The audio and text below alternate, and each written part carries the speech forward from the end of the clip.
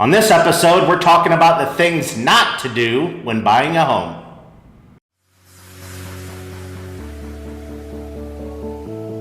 Hello, everyone. Welcome to the Bob Wahl Show. On the Bob Wahl Show, we talk business, St. Louis, and real estate.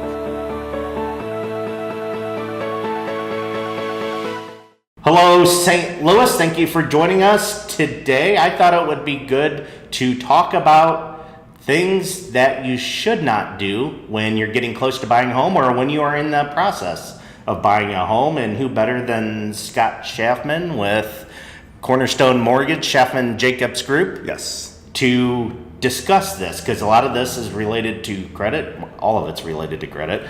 So, Scott, I don't think it's ever happened to me, but it happens. And I've heard from other agents to where they're in a transaction, they have a buyer with a contract on a home, and oops. Yep. Oops. They did this or that, and they didn't know about it. Mm-hmm. And one, kind of shame on the loan officer For not educating them. if they didn't educate them. Am I right on that? Yes. Okay. Absolutely. It's something Okay. that one of the things that you always want to mention from a loan officer standpoint is to make sure that your client does not open up any new liabilities. Okay. For instance, don't buy a car just because you're pre-approved and you have a contract on a house, because that's going to add an additional layer of debt and could prevent you from qualifying for that mortgage. In addition, don't buy furniture on a new credit card, because that could, in addition, hurt the qualification purposes. And there are certain situations where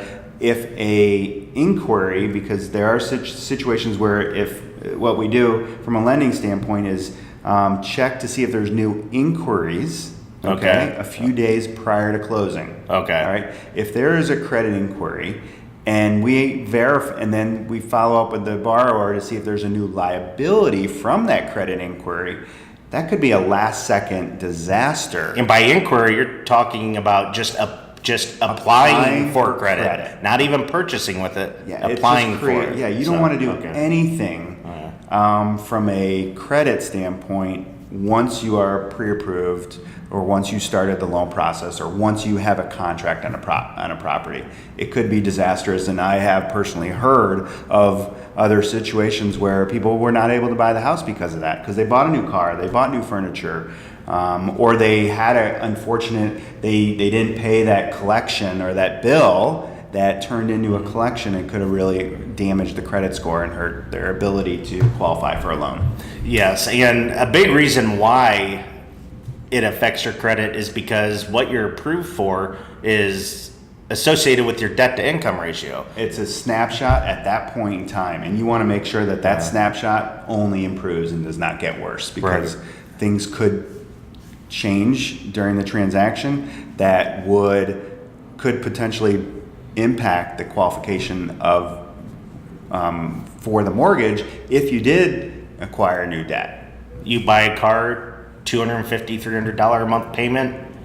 The bank thinks that's $300 less a month you can afford on a mortgage, and that knocks, I'm ballpark, $60,000 off the price of the home. I'm ballparking. Well, whatever it is, it just could affect if they're maxed out on what they qualify for, and there's a new liability that popped up prior to closing, that could definitely be detrimental. Okay, good to know. And then it's not just buying stuff, it's also maybe personal changes or professional changes as well. Absolutely.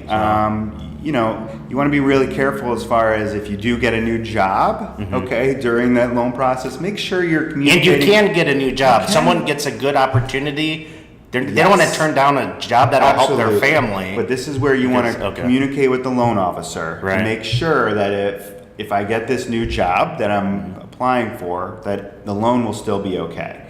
And it will be okay as long as it's still the same type of pay, whether you were salaried and W-2'd. You don't want to go from a W-2 employee where taxes are taken out of your paycheck to a 1099 employee. That will destroy the transaction, unfortunately. And you don't want to go from doing one line of work to something completely different. But as long as what you're doing is advancing your career and the pay is the same, then you should be fine. But make sure you consult with your loan officer to verify that. Well, great. Well, we're going to keep this episode shorter. That's really good information, but it's Great. Shorter episode, but really important information. Absolutely, to know 100%. about. You got to So, protect your investment. for sure. So. All right. Well, thanks, Scott, for joining us again. Yeah. And that concludes this week's episode. Thank you, everyone, for joining us. Goodbye for now, and I will see you guys next week. Thanks.